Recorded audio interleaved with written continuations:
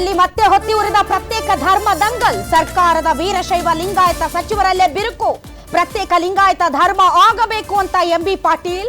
ವೀರಶೈವ ಲಿಂಗಾಯತ ಎರಡೂ ಒಂದೇ ಎಂದ ಈಶ್ವರ್ ಖಂಡ್ರೆ ವರ್ಸಸ್ ಎಂಬಿ ಪಾಟೀಲ್ ಸಮರ. ಸಿದ್ದರಾಮಯ್ಯಗೆ ಧರ್ಮ ಸಂಕಟನ. 2018ರಲ್ಲಿ ಕಿಡಿ ಹೊತ್ತಿಸಿದ್ದ ಧರ್ಮ ದಂಗಲ್ ಮತ್ತೆ ಮುನ್ನೆಲೆಗೆ. ಮಠಾಧಿಪತಿಗಳ ಒತ್ತಾಯವೇನು? ಮತ್ತೆ ಭುಗಿಲೆದ್ದಿದ್ದೇಕೆ ಧರ್ಮ ವಿವಾದ? ಪಂಚ ನಿರ್ಣಯ. ಸಿಎಂ ಸಿದ್ದರಾಮಯ್ಯ ಬುಡಕ್ಕೆ ಬಂತ ಕುತ್ತು. ಖಂಡ್ರೆ ಎಂಬಿ ಪಾಟೀಲ್ ನಡುವೆ ಭಿನ್ನಮತ. ಸರ್ಕಾರಕ್ಕೆ ಎಫೆಕ್ಟ. ಧರ್ಮ ಒಡೆಯೋ ಹುನ್ನಾರಾನ? ಬಿಜೆಪಿ ಪಾಲಿಗೆ ಮತ್ತೊಂದು ವರಾನ?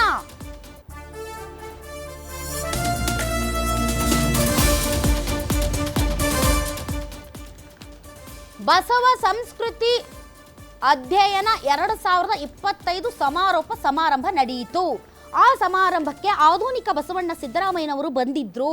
ಅವರಿಗೆ ಸನ್ಮಾನವನ್ನು ಮಾಡಲಾಯಿತು. ಪಂಚ ನಿರ್ಣಯದಲ್ಲಿ ಈ ಒತ್ತಾಯನೂ ಇತ್ತು. ಏನದು? ಪ್ರತ್ಯೇಕ ಲಿಂಗಾಯತ ಧರ್ಮ. ಹಾಗಾದ್ರೆ ಪ್ರತ್ಯೇಕ ಲಿಂಗಾಯತ ಧರ್ಮ ಯಾವ ರೀತಿ ಕಾಂಗ್ರೆಸ್ ಪಾರ್ಟಿಯಲ್ಲಿ ಒಡಕು ಮೂಡಿಸಿದೆ, ಯಾವ್ಯಾವ ನಾಯಕರು ಏನೇನು ಸ್ಟೇಟ್ಮೆಂಟ್ ಕೊಟ್ಟಿದ್ದಾರೆ ಅನ್ನೋದನ್ನ ನೋಡಿಕೊಂಡು ಆಮೇಲೆ ನಮ್ಮ ಈ ಚರ್ಚೆಯನ್ನು ಮುಂದುವರಿಸೋಣ. ಎಲ್ಲರೂ ಭಾರತೀಯರು ಭೌಗೋಳಿಕವಾಗಿ ಹಿಂದೂಗಳು ಭಾರತೀಯರು. ಈ ರೀತಿ ಯಾವ ರೀತಿ ಸಿಖ್ ಮತ್ತು ಬೌದ್ಧ ಜೈನ ಇದಾವೆ ಏನ್ರಿ, ಭಾರತದಲ್ಲಿರುವ ಎಲ್ಲರೂ ಕೂಡ ಹಿಂದೂಗಳು. ಆದ್ರೆ ಇದು ಒಂದು ಧರ್ಮ, ಬಸವ ಧರ್ಮ. ಯಾವ ರೀತಿ ಸಿಖ್ ಮತ್ತು ಜೈನ ಬೌದ್ಧ ಧರ್ಮ ಇದೆ, ಇಂಡಿಯನ್ ರಿಲಿಜನ್ಸ್ ಅಂತ ಆ ರೀತಿ ಇರುವಂತದ್ದು. ಹೀಗಾಗಿ ಪ್ರಶ್ನೆ ಏನಿದೆ, ಇದೆಲ್ಲ ಆಗಲ್ಲ. ವಾಸಲ ಮಾಡಿದ್ರು ಈ ಸಲ ಬಹಳ ಜನ ಜಾಗೃತ ಆಗಿದ್ದಾರೆ. ಈ ಸಲ ಯಾರ್ದು ಆಟ ನಡೆದಿಲ್ಲ.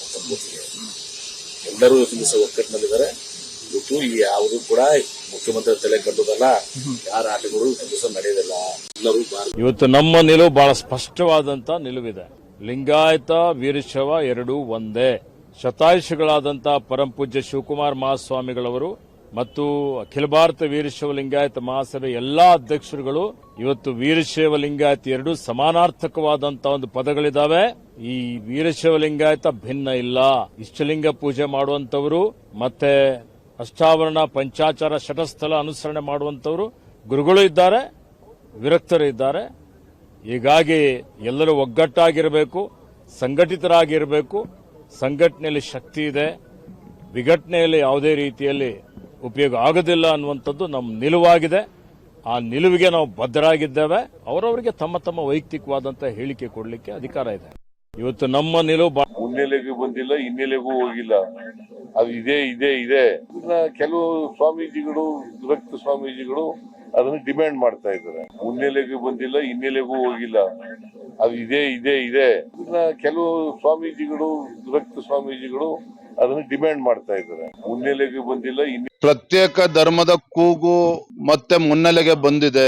ಪತ್ರಿಕೆಗಳಲ್ಲೂ ಕೂಡ ನೋಡಿದ್ದೇನೆ. ವೀರಶೈವ ಲಿಂಗಾಯತ ಅಥವಾ ಲಿಂಗಾಯತದ ಪ್ರತ್ಯೇಕ ಧರ್ಮದ ಕೂಗು ಇವತ್ತು ಮುನ್ನೆಲೆಗೆ ಬಂದಿದೆ ಅಂತ ಹೇಳಿದ್ರೆ ಅದರ ಹಿನ್ನೆಲೆಯಲ್ಲಿ ಯಾರು ಇದರಲ್ಲಿ ಕೂತ್ಕೊಂಡಿದ್ರಲ್ಲಿ ಮಾತನಾಡ್ತಾ ಇದ್ದಾರೆ ಅನ್ನೋ ಅರಿವು ಸಮಾಜದಲ್ಲಿ ಗೊತ್ತಿದೆ.